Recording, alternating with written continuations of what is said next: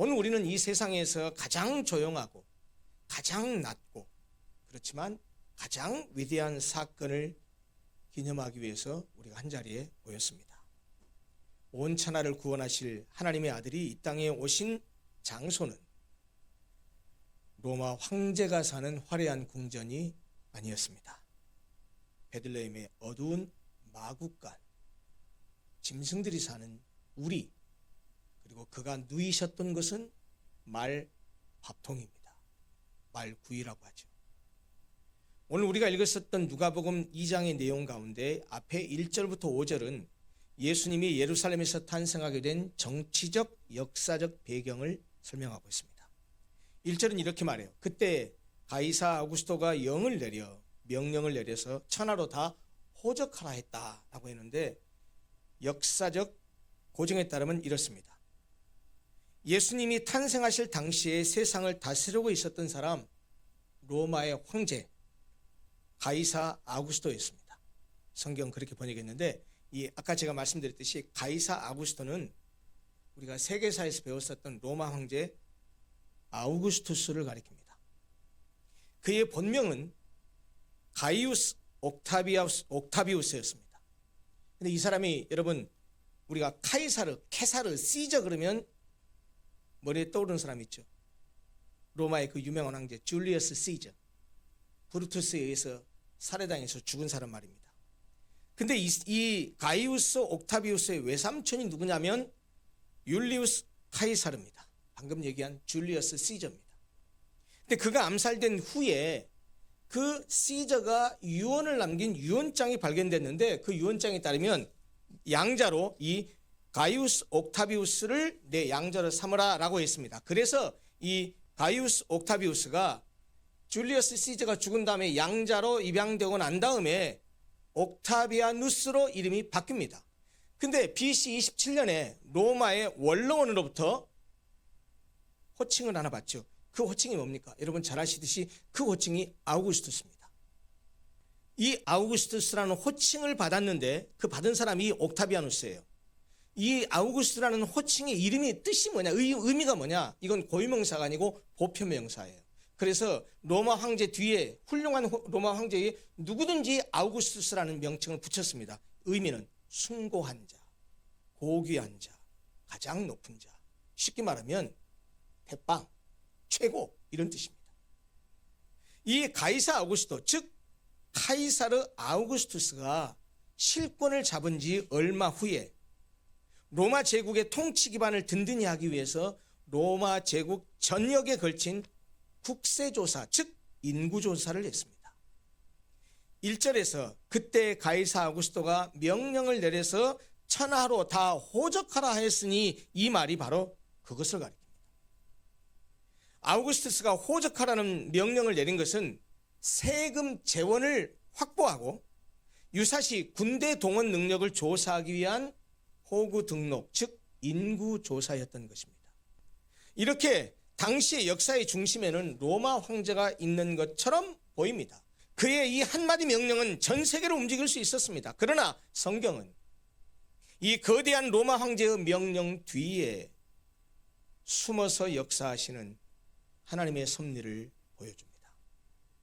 황제는 자기 권세를 과시하려고 호적을 명했지만 하나님은 오히려 그 명령을 사용하셔서 이미 수백 년 전에 예언했던 미가 선지자를 통해서 예언했던 대로 메시아를 베들레헴으로 이끄십니다. 우리는 종종 내 삶을 움직이는 것이 세상의 권력, 환경, 상황이라고 생각합니다. 그러나 성탄은 분명히 말합니다. 역사의 진짜 주인은 황제가 아니라 힘 있는 사람이 아니라 하나님이시라고 말입니다.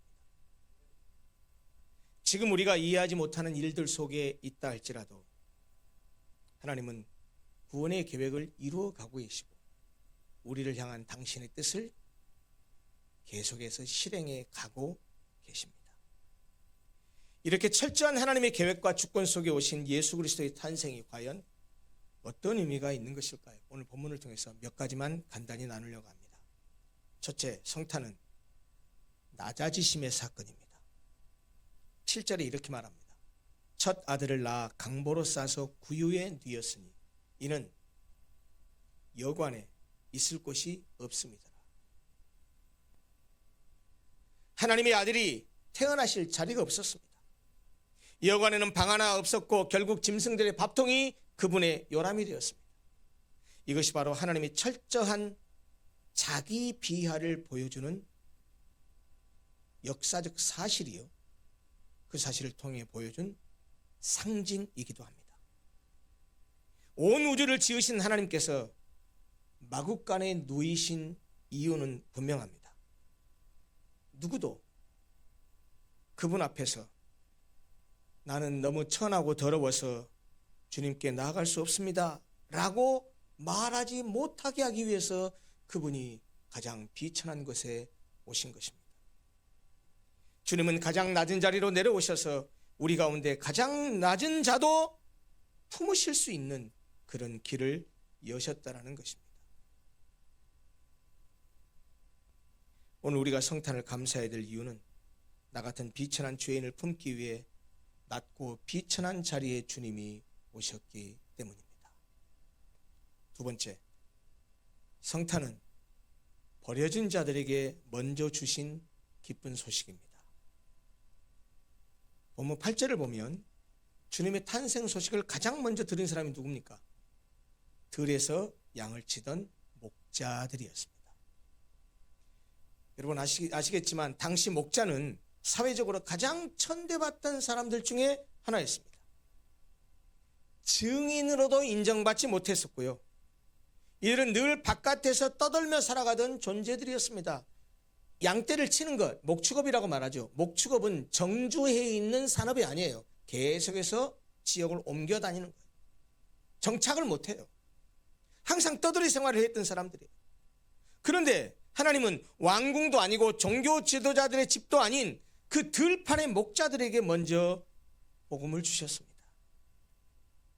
구원은 자격 있는 사람에게 주어지는 상이 아니라 자격 없는 사람들에게, 소외된 사람들에게, 버려진 사람들에게 은혜로 주어지는 선물입니다.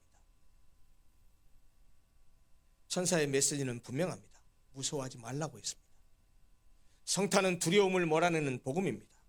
큰 기쁨의 좋은 소식이라고 했습니다. 예, 성탄은 잠시의 감정이 아닌 영원한 기쁨입니다. 오늘 다윗의 동네에 너희를 위하여 구주가 나셨다고 했습니다. 예, 성탄은 우리를 위한, 아니 나를 위한 사건입니다. 예수님은 단지 세상을 위한 구주가 아니라 너희를 위하여, 곧 나를 위하여 오신 구주라는 것입니다. 성탄은 인류 전체의 역사이면서 동시에 나 자신 개인을 향한 하나님의 초대라는 사실을 기억해야 됩니다. 세 번째, 성탄은 하늘과 땅이 다시 연결되는 사건입니다. 누가복음 2장 13절 14절은 놀라운 장면이 펼쳐집니다. 이렇게 말합니다. 호련히 수많은 천군이, 하늘의 군대가 그 천사와 함께 하나님을 찬송하여 이르되 지극히 높은 곳에서는 하나님께 영광이요 땅에서는 하나님이 기뻐하시는 사람들 중에 평화로다 라고 선포합니다.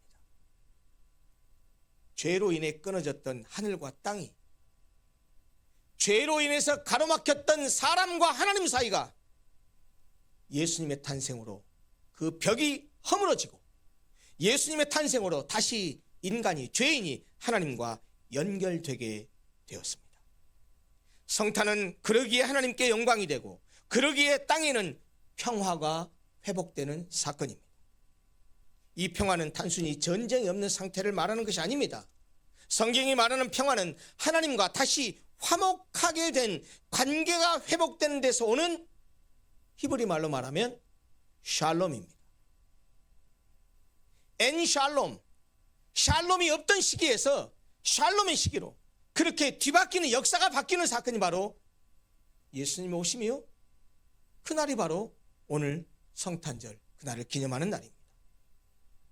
여러분, 만약에 예수님이 오시지 않았다면 우리는 여전히 하나님과 원수된 상태로 살아갈 수밖에 없었을 것입니다. 그러나 성탄으로 인해서 우리는 하나님을 아버지라고 부를 수 있는 자녀가 되었습니다. 사랑하는 성도 여러분, 성탄절은 추억의 날이 아닙니다. 분위기를 느끼는 날이 아닙니다. 성탄절은 구원의 날입니다. 하나님이 낮아지셔서 우리를 높여주신 날이고, 버려진 자들에게 하나님이 찾아오셔서 그들을 위로하시고 그들에게 기쁨을 주시는 날이고, 막혀버린 하늘의 문, 원수가 됐던 하나님과의 관계, 그 담을 허물어 버리시고 하늘과 땅을 연결시켜 주신 날입니다. 그러므로 오늘 우리는 분명하게 고백해야 합니다. 주님, 내가 드릴 것은 많지 않지만 이 구유 앞에 무릎 꿇어 감사의 예배를 드립니다. 가장 낮은 곳으로 오신 주님, 내 인생의 가장 낮은 자리에도 지금 주님이 함께 계심을 믿습니다 라고 고백할 수 있어야 될 것입니다. 그리고 하늘의 평화를 마음에 새기고 그분이 주신 평화를 마음에 담고 이 복음을 세상으로 들고 나가서 성탄의 증인들이 되었으면 좋겠습니다. 기쁘다, 구주가 오셨다. 주님이 이 땅에 오셔서 우리에게 생명을 주시고 영생을 주시고 우리에게 평화를 주시고 우리에게 사랑을 주셨다. 누구든지 그 예수를 믿기만 하면 하나님의 자녀가 돼서 이런 귀한 특권을 누릴 수 있다 라는 이 기쁜 소식을 우리 주변에 있는 내 가족들에게, 친구에게, 지인들에게 전하고 증거하는 복된 성탄절이 되었으면 좋겠습니다. 메리 크리스마스.